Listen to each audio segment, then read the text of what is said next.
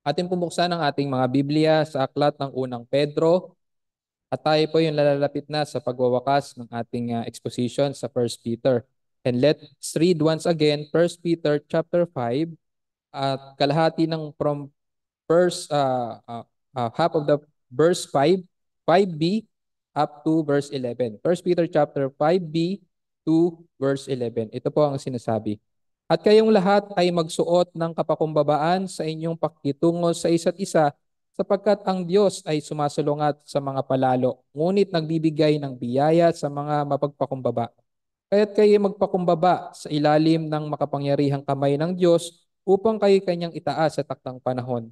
Ilagak ninyo sa kanya ang lahat ng inyong kabalisahan sapagkat siya'y nagmamalasakit sa inyo.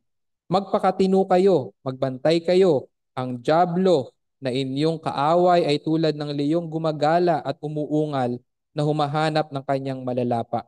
Siya'y labanan ninyo, maging matatag sa inyong pananampalataya. Yamang inyong nalalaman na ang mga gayong hirap ay nararanasan ng inyong mga kapatid sa buong sanlibutan. At pagkatapos na kayo'y magdusa ng sandaling panahon, ang Diyos ng buong biyaya na sa inyo'y tumatawag tungo sa kanyang walang hanggang kalwalhatian kay Kristo, ay siya ring magpapanumbalik, magpapatibay, at magpapalakas sa inyo. Sumakanya nawa ang kapangyarihan magpakailanman. Amen.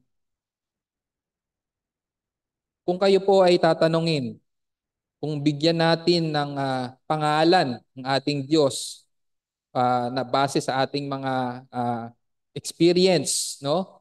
O ano ang bibigay nating title sa ating Panginoon? What will be our very fast answer kung tinanong tayo na ano ang maaari nating ibigay na pangalan sa Panginoon? Sasabihin ba natin God of Power? Sasabihin ba natin God Almighty? God of Justice? God of Holiness? God of Righteousness? Or baka ang pinakamabilis na papasok sa atin is God of Blessings? Yung mga ganong bagay. God of Wisdom? God of Compassion? Now, there are varieties of biblical names. Mga bagay na ito ay totoo na katangian ng Panginoon. There are variety of biblical names na pwede nating ibigay patungkol sa Diyos. And binibigay natin ito sapagkat dito natin siya nakilala.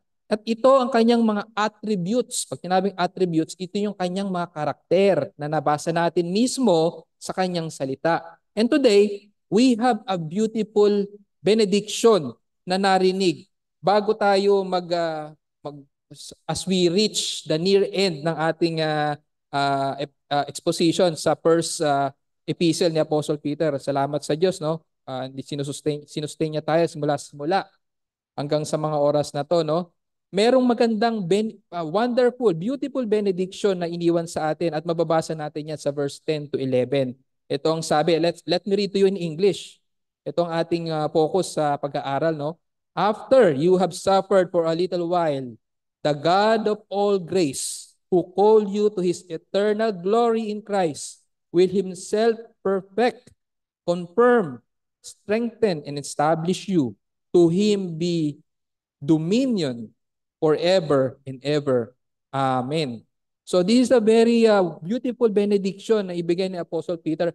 Kung mapapansin natin, no, yung benediction na to, it shines with simplicity. No? Kung babasahin natin, kung napakadali niyang unawain, it shines with simplicity, pero very profound ang mga bagay na ito na ating mababasa, ating maririnig, no? After you have suffered for a little while, the God of all grace, who called you to His eternal glory in Christ, will Himself perfect, confirm, strengthen, and establish you. To Him be dominion forever and ever. Amen. Ang sarap basahin, no? Simple and yet profound. While it started with conjunction and, no? Sabi ito, parang ano lang kumbaga in connection doon sa previous verse, no? It introduces us to the God of all grace. Diyos ng biyaya, ng lahat ng biyaya sa Tagalog, no? The God of all grace sa English, sa Tagalog ating mababasa na siya ang Diyos ng buong biyaya. Inintroduce tayo dito ni Apostle Peter to the God of all grace. At wala nang iba yon. kundi ang Diyos ng ating kaligtasan, the God of our salvation. Now, grace here, parang dito grace, yung salitang grace, the God of all grace. Dito nakilala ang Diyos, no?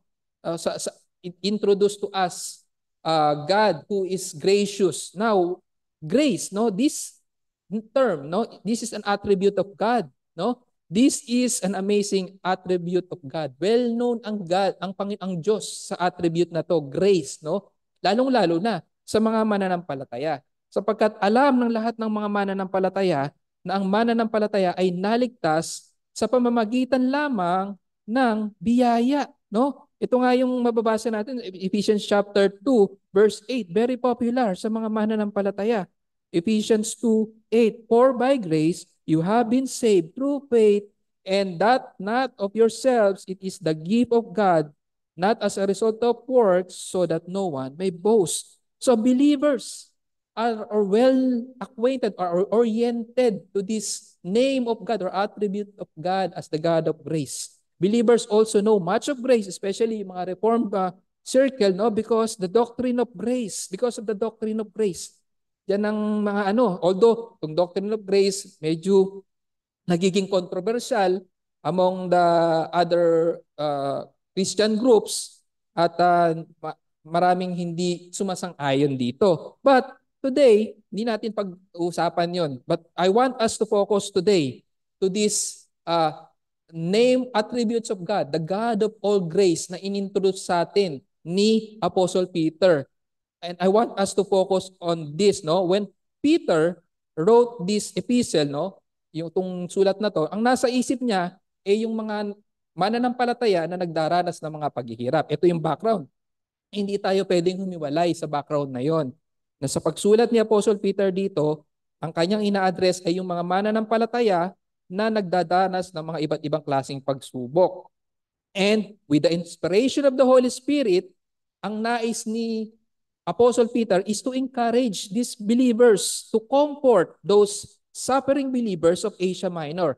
And sa pagtatapos nito, he introduced to them the God of all grace. Actually, mababasa lamang ito, yung the God of all grace sa scripture, dito lamang sa part na to. 1 Peter chapter 5 verse 10, the God of all grace. Dito lamang to mababasa. At meron tayong 4 na punto sa umagang ito, no? Una, the introduction to the God of all grace. Inintroduce tayo ni Peter sa the God of all grace. Pangalawa, the administration of grace of the God of all grace. No? Gracious nga ang God of all grace and how He administer. Paano niya ina-administer or dinideliver ang grace sa kanyang mga tao. Pangatlo, the promise of the God of all grace. At pang-apat, the doxology for the God of all grace. Now let's ask our Lord sa ating pagpapatuloy upang tulungan niya tayo sa pagkaintindi ng mga bagay na ito. Aming Diyos, aming Panginoon, muli kami ay lumalapit sa inyo na may kapakumbabaan and asking for your mercy and grace to enable us to fully understand, O God, ang mensahe mo sa amin sa umagang ito. Our knowledge, wisdom, our understanding are limited at maging ang inyong tagapagturo din ay limited. Kaya hinihiling namin, Panginoon, na kumilos kayo ng makapangyarihan sa bawat isa sa amin para sa kapakinabangan ng biyaya ng inyong salita sa umagang ito. At magligtas dinawa kayo, Panginoon, ng mga kaluluwa, ng mga makakarinig pa ng mensaheng ito. In Jesus' name we pray. Amen. Number 1, the introduction to the God of all grace. Now, inintroduce tayo dito, no? Sabi ko nga, kung dito lang to nabasa yung the term, the God of all grace or the attributes of God being the God of all grace, now, tayo din, somehow, na-introduce tayo ngayon. Now, eto, we are introduced to this. Sabi dun sa ating teksto, after you have suffered a little while, the God of all grace. No? Now, the grace, yung term na grace, kung pakikinggan natin yan, parang napaka-pleasant niya pakinggan. No? No? Parang attractive yung word na grace. When we hear the word grace, and somehow parang beautiful talaga yung term na to. A beauty that is rooted in ethical goodness and purity. Now, pag sinabing grace, talagang yun yung Yun yung masasabi natin yung um, intrinsic sa kanya. That this term is good and pure. And it also refers to a pleasant attitude or disposition that one may have towards to another, no? Pag ang tao kung makakita tayo ng someone who is gracious, no? Talagang this is a pleasant attitude. Talagang napakaganda ng bagay na ito na ang isa ay gracious sa isang tao, no? And grace has the meaning in the scripture, kung ating babasahin din, grace means undeserved favor, unmerited. Lagi nating naririnig yan. Yan ang ibig sabihin ng grace. Unmerited goodness that someone show to others. And grace stands in the scriptures as opposed to works. Nabasa nga natin sa Ephesians 2 verse 8, no? Kung ito ay sa pamamagitan ng gawa, hindi na to grace, no? It is opposed to works or wages or merit. Hindi natin natatanggap ang biyaya dahil ito ay pinagtrabahuhan natin. Kung hindi, lalabas itong parang kabayaran na lang. So hindi na grace yun. And grace is synonymous with free gift. Meaning, pag free, may bagay na ibinigay sa iyo for free. Pinagtrabahuhan mo ba yun? Kaya nga yun free eh. No? Wala kang ginawa para matanggap yon or parang inheritance, no? Yung inheritance, hindi mo pinagtrabahuhan yon. Pinagtrabahuhan yon ng magulang mo na nagbibigay sa iyo ng inheritance, no? And reward, but be careful for the word reward. Sometimes namimiss ano yan, ang reward parang, 'di ba? Minsan sa isang pamilya, isang bata, pag ito ginawa mo to, sasabihin ng magulang sa bata, pag ginawa mo to, bibigyan kita ng reward. Now, hindi yun ang ibig sabihin natin ng reward. God is a rewarder. God is a rewarder, no? But yung kanyang pagre-reward is based on His grace, no? Hindi deserve ng tao yung reward na yun. So let's be careful of treating grace as a reward. Meron ding konsepto na tama doon. But dito, pag sinabi natin grace, merong dalawang klase. Una yung common grace, no? Ang Diyos ay gracious and He has grace for all. May tinatawag tayong common grace na ang biyaya ng Diyos ay natatanggap. May biyaya ang Diyos na natatanggap ng lahat. Matthew chapter 5 verse 45, ano yung sinasabi? Matthew chapter 5 verse 45. Ano ba yung mga biyaya dito sa mundo na natatanggap ng lahat ng tao, mananampalataya man o hindi? Matthew chapter 5 verse 45. Ito ang sinasabi, no? So that you may be sons of your Father who is in heaven, for He causes His sun to rise on the evil and the good, and sends rain on the righteous and the unrighteous. So dito pa lang makita natin ang Diyos ay mapagbiyaya sa lahat. Lahat ng lahat ng tao, mananampalataya o hindi, ay nagkakaroon ng trabaho.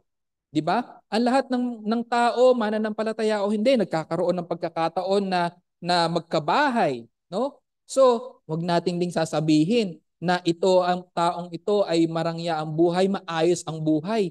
May favor sa kanya ang Diyos, hindi po sign ng God's favor or saving favor ang pagkakaroon ng mga maraming bagay, maging ang kalusugan. Merong mananampalataya na talagang sakitin. Hindi mananampalataya na malakas ang katawan. So hindi po iyon din ang sign ng God's favor, no? Kaya maaaring natin consider yun as common grace. But here, sa ating pag-aaral sa umagang ito, when we talk about grace, no, we are more to consider or speak of grace for a particular people of God. Hindi ito yung common grace, no? Meaning sa mga biyaya para sa mga iniligtas lamang ng Panginoon, God's peculiar people. It is the saving grace, no? Yung biyaya na nakapagliligtas, no? Nakapagliligtas ng kaluluwa. Let's focus on that. Hindi dun sa mga biyaya na common sa lahat, no? Na maaring matanggap ng lahat. Why only this grace? Kaya sasabihin, no?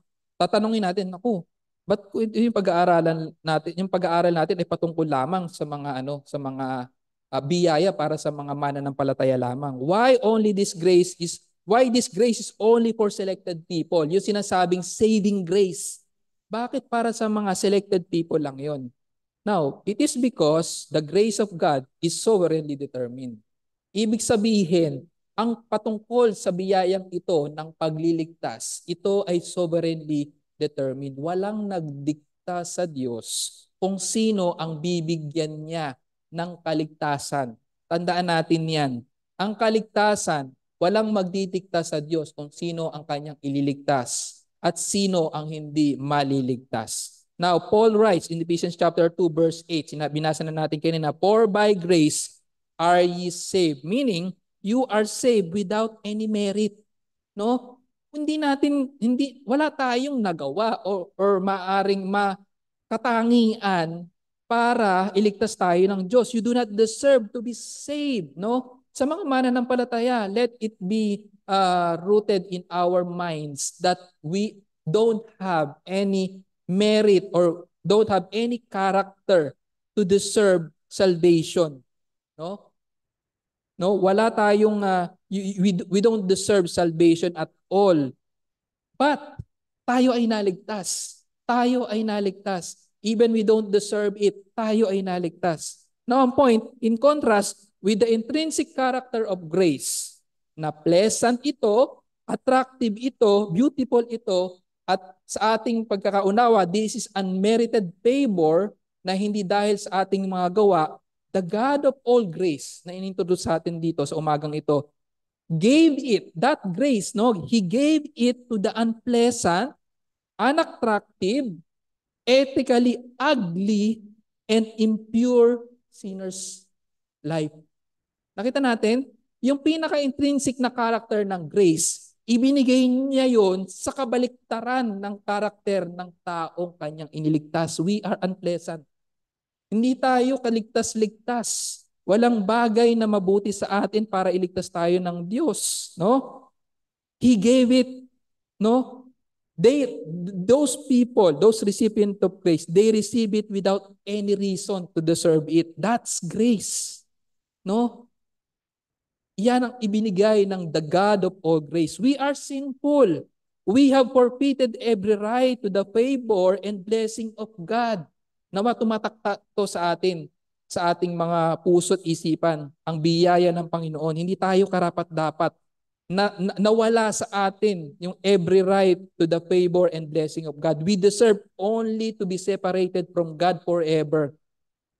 But the God of all grace, sovereignly, walang nagdikta sa Kanya, decided to bestow upon such undeserving sinners' life spiritual benefits, spiritual blessings, and everlasting glory.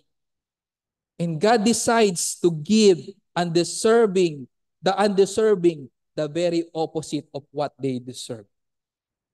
God gives us saving grace to us na hindi natin ito deserve.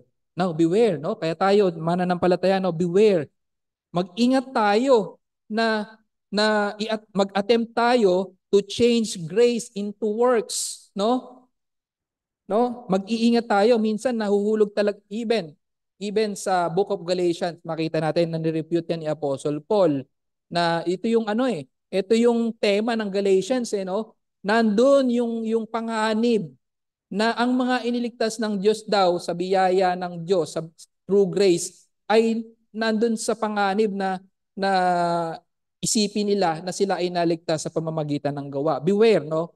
Tayo mag-ingat. Beware that as we confess salvation by grace, maaaring ang nasa isip natin pala ay salvation by works. No, mag-iingat tayo doon, no? Remember, our salvation is undeserved by grace. Hindi talaga natin yung deserve, no? Wala tayong mai-contribute na mabuti para tayo ay iligtas ng Panginoon.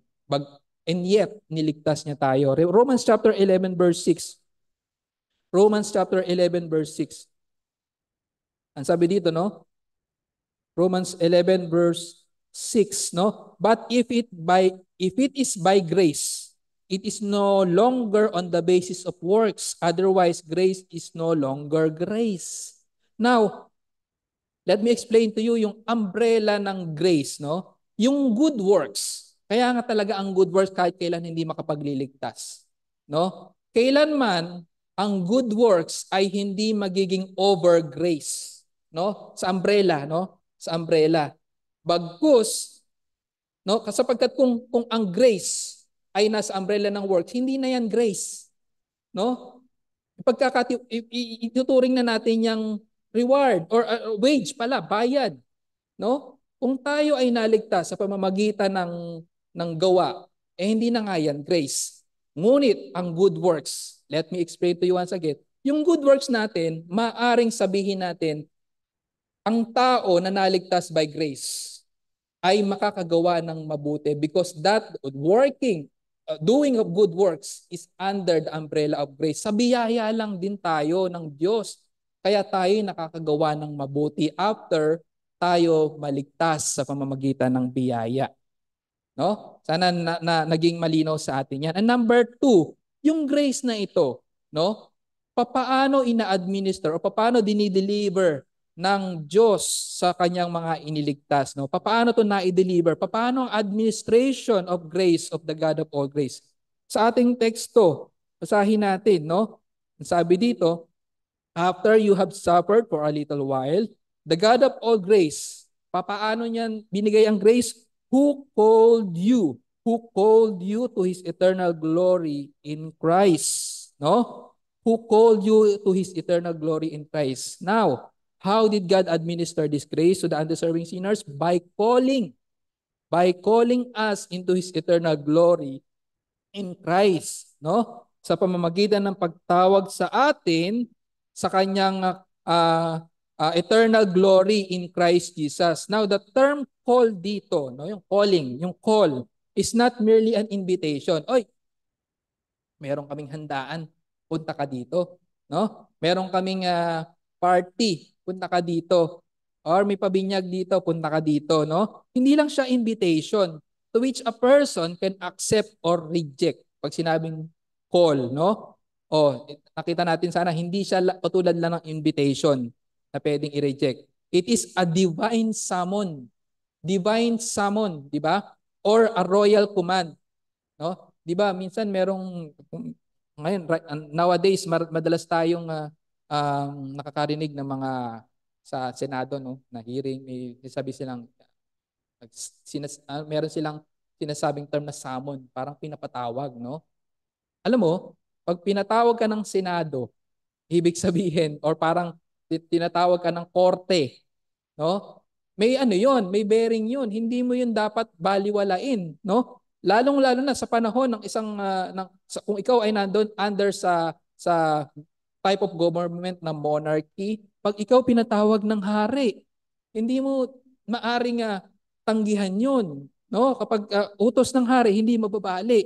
So ganito yung sinasabing call, a divine summon or a royal command, which the recipient must obey and cannot ignore. Now, this calling na sinasabi dito is effectual. Effectual and is the consequence of election. No, election ibig sabihin yung mga itinalaga nga ng Panginoon para sa kaligtasan, kanya itong tatawagin. At sa pagtawag niya nung sinamo niya ito o tinawag niya mga ito, talagang ang epekto nun ay susunod.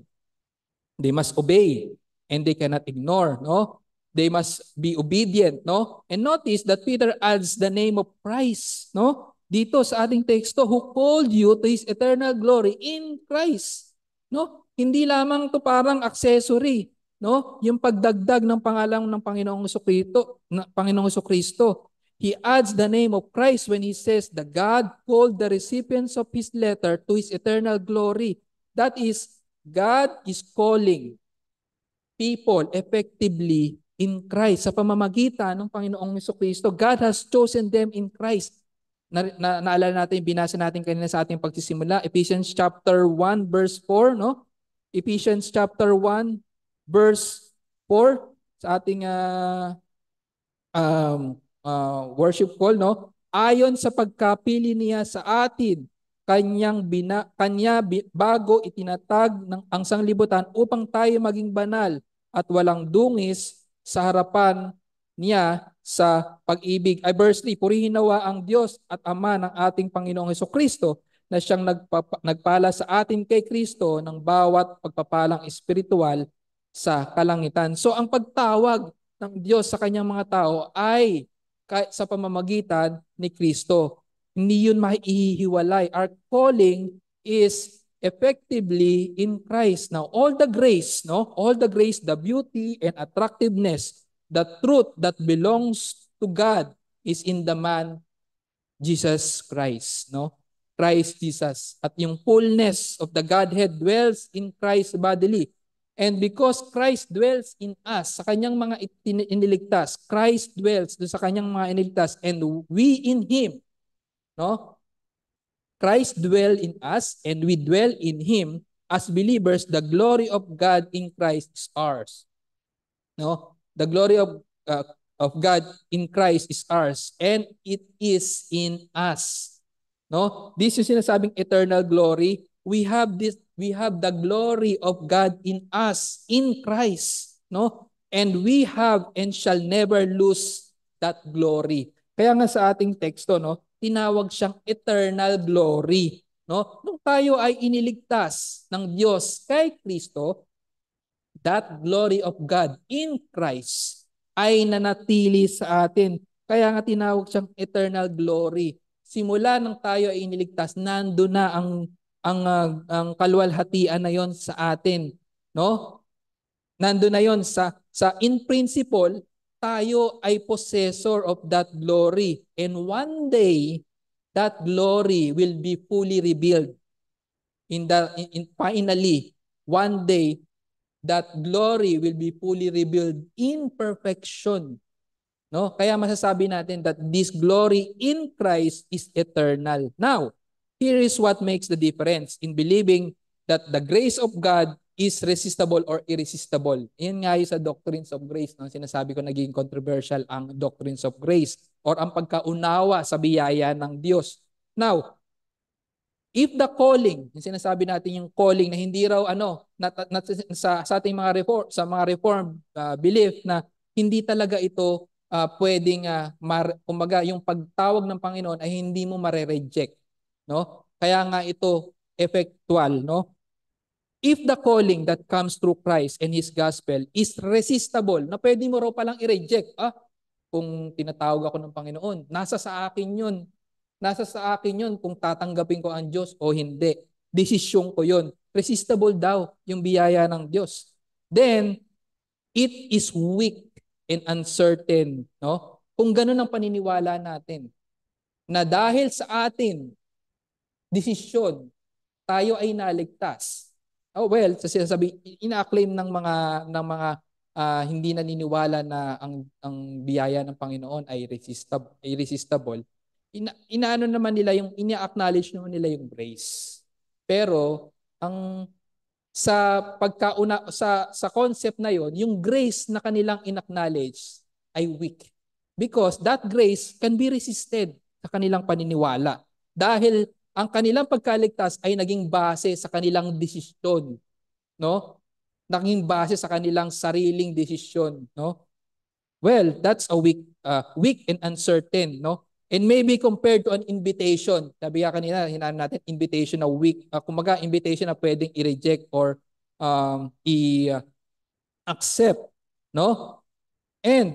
But if the calling comes to us from Christ and His preached gospel is by irresistible grace. Yung ating yung hindi talaga mare-resist, talagang makapangyarihan ang pagtawag ng Panginoon sa kanyang mga tao. It is irresistible.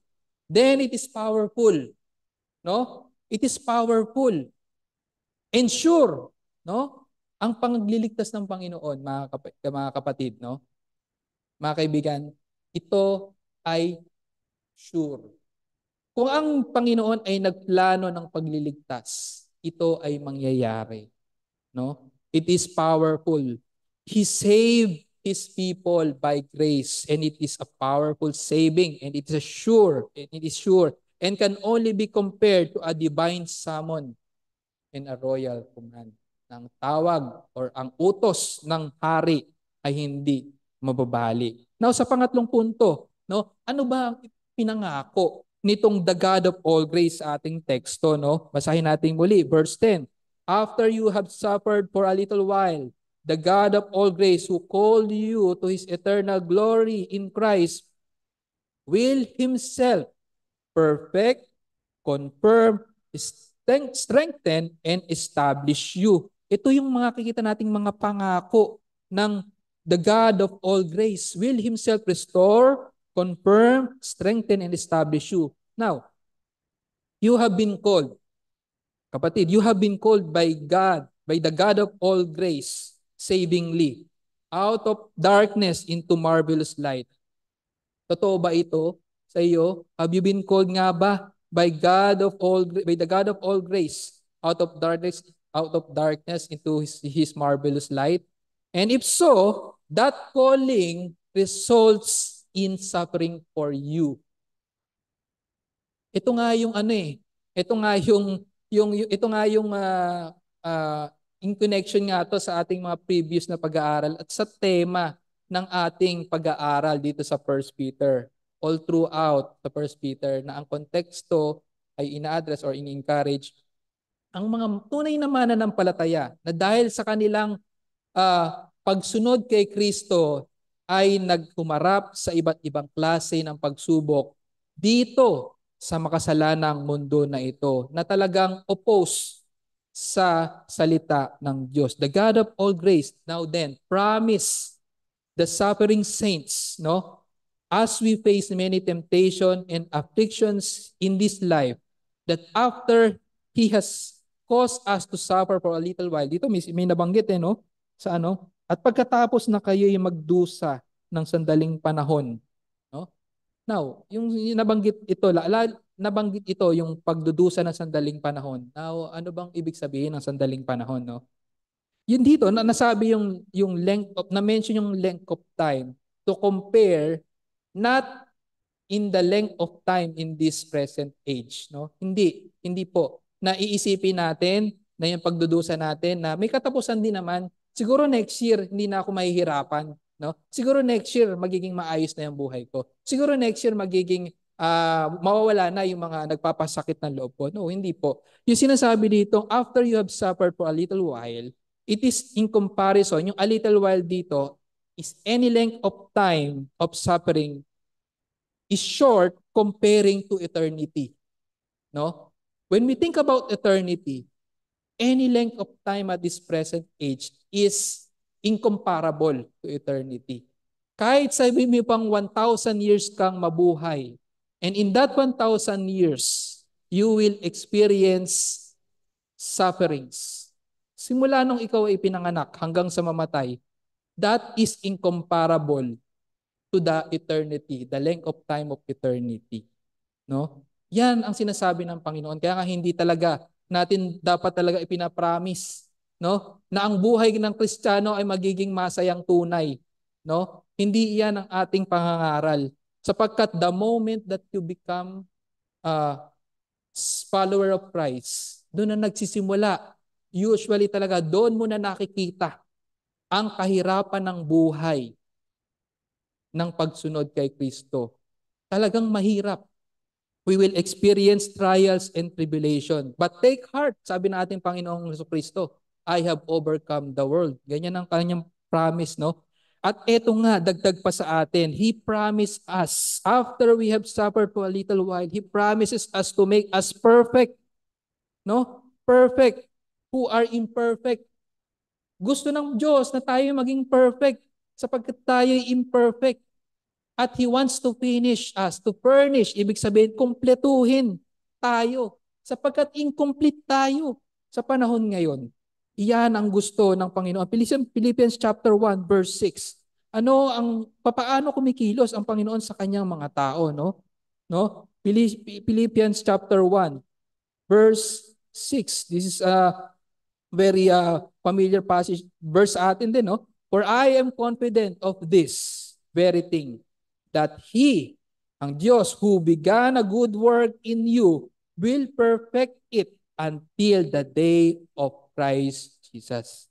So ang plano pala ng Panginoon is to make us perfect because we are imperfect, to make us complete because we are incomplete, no? Iyan ang plano ng Panginoon sa atin. And how did it happen practically? Paano nangyayari sa atin ang perfecting o yung complete sa atin, no?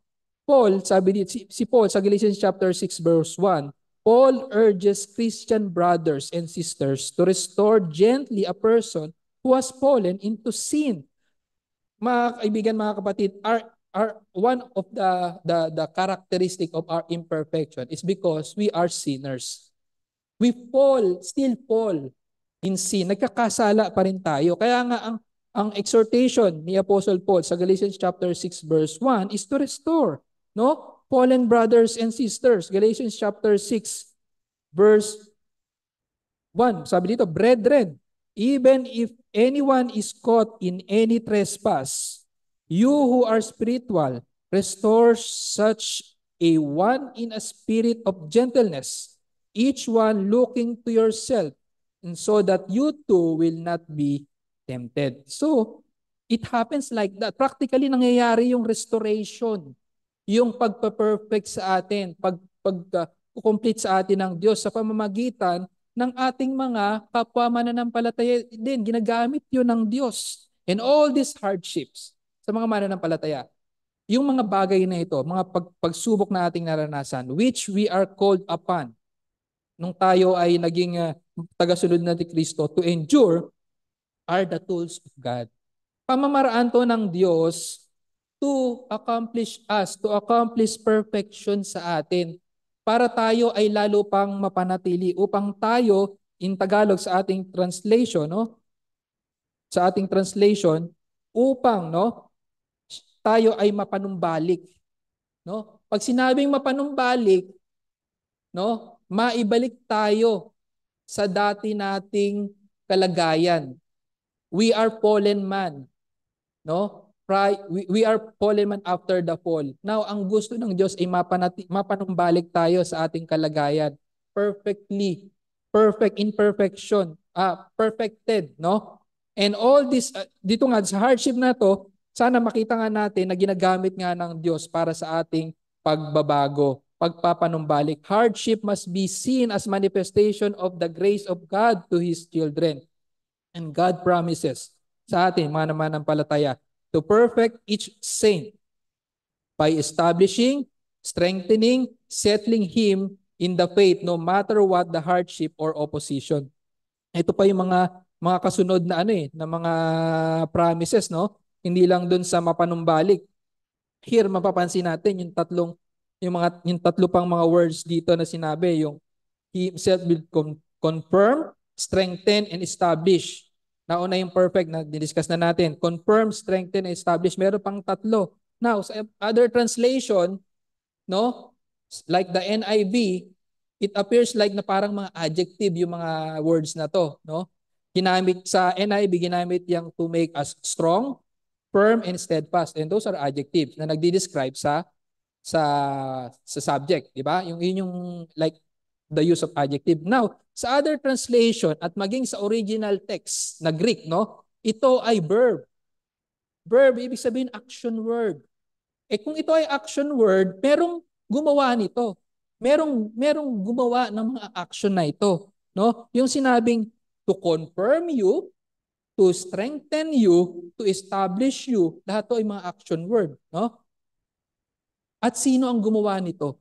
Sino ang gumawa or gagawa nito sa mga promise na ito ng Diyos sa mga mananampalataya? Wala nang iba kundi ang Diyos. If it is a verb, someone is working on it and wala nang iba pang gagawa nito kundi ang sinasabi natin na introduce sa atin, the God of all grace. He is the one who will confirm, who will strengthen and establish His people. These verbs, yung confirm, strengthen, and establish, mga synonymous to, no? Parang alos pare-pareho lang ang ibig sabihin, no? And serve to emphasize the significance of God's work in us. So ito ay mga gawa ng Diyos sa kanyang mga mananampalataya. To confirm, to strengthen, and to establish, no? And with this, Peter encouraged the believers who experience unjust suffering, yung mga pagsubok for Christ gives them the assurance that God stands next to them. na ang Diyos ang kumikilos. No? Sana makita natin na ang Diyos ang kumikilos sa mga promises na to.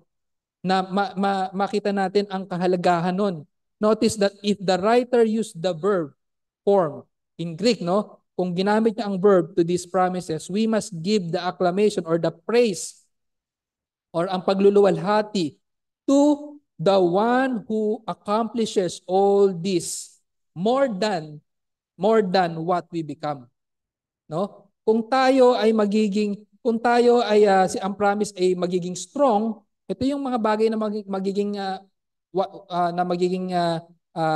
what we will become, no? Magiging strong, firm and steadfast. But dahil nga action word ang ginamit, verb, it emphasizes more dun sa doer ng action, hindi dun sa magiging resulta, no? So magiging resulta. This must give us this must result to a great doxology for the one who made all these promises to us, the God of all grace, no? Mas na exalt ang gawa ng Diyos ng lahat ng biyaya, no? Kaya nga sa ating pang-apat na punto, the doxology for the God of all grace, no? It results to contemplate all these promises na ginagawa ng Diyos ng lahat ng biyaya para sa kanyang mga tao, no? It result to doxology. Praise, doxology, pagpupuri. Sa verse 11 ang sabi, to Him be dominion forever and ever. Amen. No? Pang-apat na punto, the doxology for the God of all grace. The God who orchestrated salvation. Ang Diyos na nagplano ng kaligtasan at nilakipan niya itong kaligtasan na ito ng mga spiritual blessing na eternal blessings na sinuportahan pa ng mga pangako na siya mismo ang gagawa, no? This God of all grace, no, na nagplano ng lahat ng ito must have dominion, which equates to power. Kaya nga sinabi to Him be the dominion. Talagang kinakailangan na talagang ang Diyos na gumawa ng lahat ng bagay na ito ay may dominion sa lahat ng bagay. Ibig sabihin may rule sa lahat ng bagay. Sovereign siya. Siya ang may control ng lahat ng bagay. And equates to power, no? And that power must be incomparable, no? It must be massive, or maybe my word massive kulang pa to describe that power, to the dominion of that powerful being, to the dominion of the power of God to salvation. Para i-accomplish ang mga bagay na ito na mangyayari sa buhay ng mga mananampalataya. No? That power is not only ability. Tandaan natin yan. Hindi lang ability yon, but authority and royal sovereignty. No? He must be greater. Kaya nga yung worker of this salvation, none other than the God of all grace, yung kanyang pagkilos, kung makita natin ang kanyang kapangyarihan, no? That power, no, must be greater than He who is in the world, no? Basahin natin, mababasa natin yan. 1 John chapter 4 verse 4. Sino ba yung sinasabi diyan na the power of God is greater than he who is in the world, no? 1 John chapter 4 verse 4. Sabi dito, you are from God, little children, and have overcome them, because greater is He who is in you than he who is in the world. Now, last time lang pinag-aralan natin all about Satan. Siya yung sinasabi na powerful din siya, na nangunguna o namumuno sa mundong ito, but the power of God is incomparable sa power ni Satan. No? He must be greater than he who is in the world, who is totally opposed. He must be greater than Satan, no? Sa power ni Satan, who is totally opposed to this plan of salvation. This is the work of Satan in this world, to oppose the plan of God of salvation. But alam niya sa sarili niya na hindi siya mananalo sa Diyos. Now, this looks to God's power and rule over a world where so much evil is present, a world so badly need of God's just reign. Kaya nga, nakikita natin dito yung kung gaano makapangyarihan ang Diyos na kumikilos sa evil world na ito na pinamumunuan ni Satanas. Na kinakailangan talaga ng powerful than Satan, who is God, na mag-orchestrate at mag-execute ng kaligtasan ng mga taong napapasailalim sa kapangyarihan ng evil world na ito. Now, makita natin, God is not just the author of salvation. He is also the executor of all these things. Now, compare natin, no? Di ba ang tao na marami nang mamatay, no? Minsan gumagawa siya ng last will and testament, di ba? Nagsusulat siya kung kanino niya ipapamana to. But normally, sino yung mag-execute nun? Hindi na siya. Kasi karaniwan, ang nangyayari nun, patay na yung tao, hindi na siya yung mag-execute. Kailangan meron siyang representative. Yung representative niya may be a lawyer to execute the last will and testament. No? But here, no, ang author of salvation, siya rin ang executor. No? No? Yun yung pagkakaiba. No? Kaya nga dito natin makikita, the God of all grace, He plans the salvation of sinners. And He also, no? He Himself is working for the salvation of His people. There are many written doxologies pa na ating mababasa. Magbasa tayo ng Biblia, marami pa tayong makikita na uh, um, panalangin ng pagpupuri. Doxologies, no? To give glory to God. Marami pa tayong mababasa. Ngunit, sana, nawa, when we utter doxology, when we utter these praises, no? May we not utter them without an affection that springs from a divine understanding. Na sana nga ay nauunawaan natin ang ating sinasabi sa ating ina-address ng papuri. Sana nakikilala nating tunay ang pinapupurihan, the God of all grace. At sana rin nauunawaan natin yung sinasabi natin sa Kanya. Na sinasabi natin, to Him be the dominion forever and ever. Amen. Sana hindi natin yun binibigkas ng walang pag-iingat or walang real understanding. Psalms chapter 47 verse 7, no? Ang sabi dito, Psalms chapter 47 verse 7. Psalms chapter 47 verse 7. Ang sabi dito, no? For God is the King of all the earth. Sing praises with the skillful psalms. Or sa other translation, sing praises with understanding. No? Now when we utter doxology to God, na sana nga tayo ay may tunay na understanding or sincere affection, proper understanding sa Diyos na ating pinapupurihan. Sa ating mga application, remember that it is God of all grace who saves from start to finish. Sana nakita natin, no? Ang kaligtasan ng tao ay na-accomplish by the God of all grace from start to finish. And let us take the Lord that dominion belongs. Let us thank the Lord. Pasalamatin natin ang Diyos that dominion belongs to Him. No? That rule belongs to Him. Na ang lahat ng mga bagay na mangyayari ay nakadepende sa Kanya. For if God will not have dominion from start to finish ng ating kaligtasan at binigyan tayo ng kahit napakaliit na parte para sa ating kaligtasan, no? To complete our salvation, kung bibigyan lamang niya tayo ng napakaliit na role, ang mangyayari niyan for sure and for sure, it will fail. It will fail. We will all perish. Kaya nga kinakailangan na ang Diyos mula sa simula hanggang sa huli ang kanyang kaligtasan ay naayon lamang sa kanyang pagkilos at naayon sa kanyang will. And it comforts us. Anong comfort ang mabibigay sa atin kung ganun nga?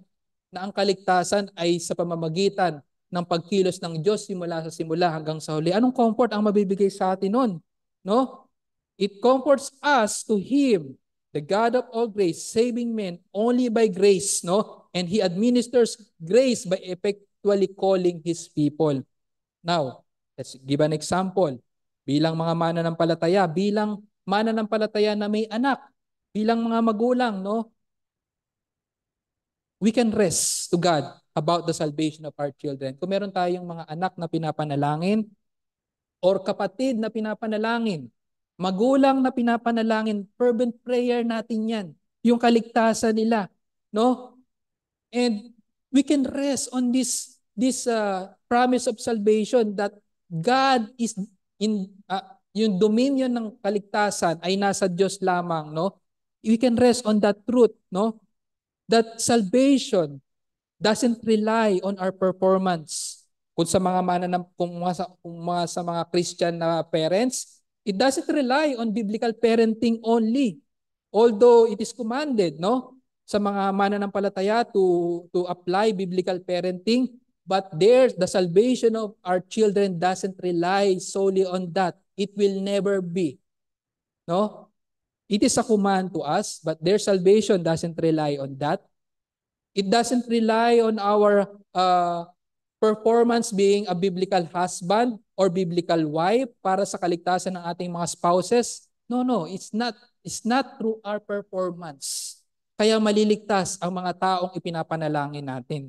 Remember always that God is in control sa kaligtasan ng mga taong kanyang inililigtas. He can use you. He can use other people. But mainly and simply, He will use the gospel. He will call His people effectually through the gospel of Christ para sa kaligtasan ng kanyang mga ililigtas. Anak mo man, asawa mo man, kapatid mo man, kaibigan mo man, sino man. Ililigtas niya ang tao ayon sa kanyang dakilang pasya, ayon sa kanyang pamamaraan. And our performance, no? Kung ang ating performance sa pagbabasihan hindi talaga. Kasi ang ating mga performance is flawed, no?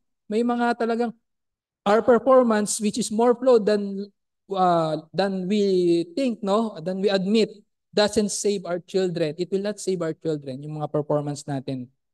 But God does the saving. God does the saving. He accomplished all He wills and promises. And for you, brothers and friends, no, for you who are facing hardship, hard things, even though you don't understand your circumstances, and even though na maraming mga mysterious things, hindi mo maintindihan na nangyayari sa buhay mo, and even you find yourself sa lugar na ayaw mo talaga or sa sitwasyon na hindi mo gusto, even though nag-experience ka ng rejection, misunderstanding sa mga taong nakapaligid sa iyo dahil sa pananampalataya mo kay Kristo, tandaan mo, kapatid, na ang Diyos ang nagro-rule sa lahat ng bagay, lalong-lalo na sa kanyang mga tao. He rules, He dominates, He is sovereign. His dominion is forever and ever.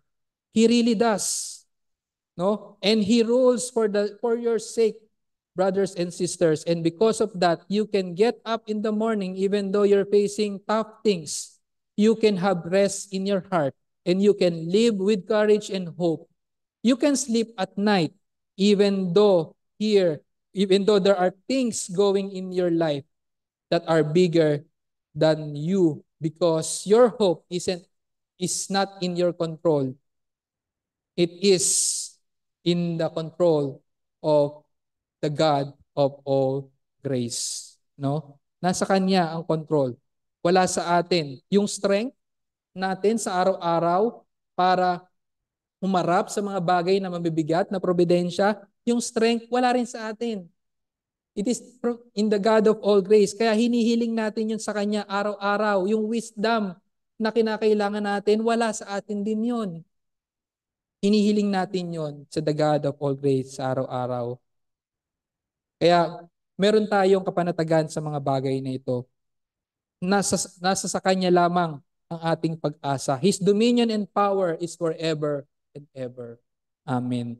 And you can rest to that truth, kaibigan, mga kapatid. We can rest to this truth that Christ, the Savior, lived and suffered and died to purchase for His people the eternal glory of salvation. Working in us, work through us by the God of all grace. And praise be to God sa katotohanan iyan. At para sa iyo, kaibigan, na wala pa sa Panginoong Jesucristo, kanino ka nagtitiwala, no? Sinabi ko kanina, sa kaligtasan mo, hindi mo pwedeng pagtiwalaan ang iyong sarili. Ang kaligtasan ay tunay sa biyaya lamang ng Diyos. You can never trust yourself. Even the very best of your good works ay can never purchase or accomplish salvation in your life. No? At kung wala ka nga ring pakialam para sa iyong kaligtasan, sinasabi namin sa iyo, no? Katulad sa scripture reading kanina, that the Savior who once came to save people, that salvation is accomplished through Him, will one day come back once again to judge the living and the dead. At sino man ang kanyang datnan na wala sa haligi ng kanyang pagliligtas, siya ay tunay na mapapahamak. Now, kaibigan, ayaw namin na sapitin mo yan. Kaya hinihiling namin sa iyo, pinapakiusap namin sa iyo, we plead that you must repent of your sins. And you should not trust on yourself, on your good works. Repent of your sins, my friend, and trust only in the saving grace of God through Christ. His blood and righteousness is enough for you and for us to save us from our eternal damnation, na dapat iyon ang ating kahahantungan. Ngunit ang Diyos ay mapagbiyaya kung ikaw lamang ay magsisisi ngayon at mananampalataya kay Kristo lamang. Sana gawin mo yun ngayon na, for tomorrow may be too late. Tayo manalangin. Aming Diyos, aming Panginoon, muli, pinapupurihan namin kayo, O Diyos, na lahat ng biyaya. Maraming salamat sa pagliligtas ninyo sa amin. So kayo lamang ang nararapat na bigyan ng luwalhati at pagpapasalamat sa lahat ng ginawa ninyo at sa lahat ng ginagawa ninyo ng patuloy sa mga taong inyong niligtas. Inihiling na namin, Panginoon, na patuloy kayong kumilos para sa ikaliligtas ng mga tao na wala po sa inyo. Nawa, Panginoon, kayo ay magligtas pa ng marami sa mga taong napapahamak at sila ay manampalataya at magsisi sa kanilang kasalanan. Maraming salamat po. All this we pray in Jesus' name.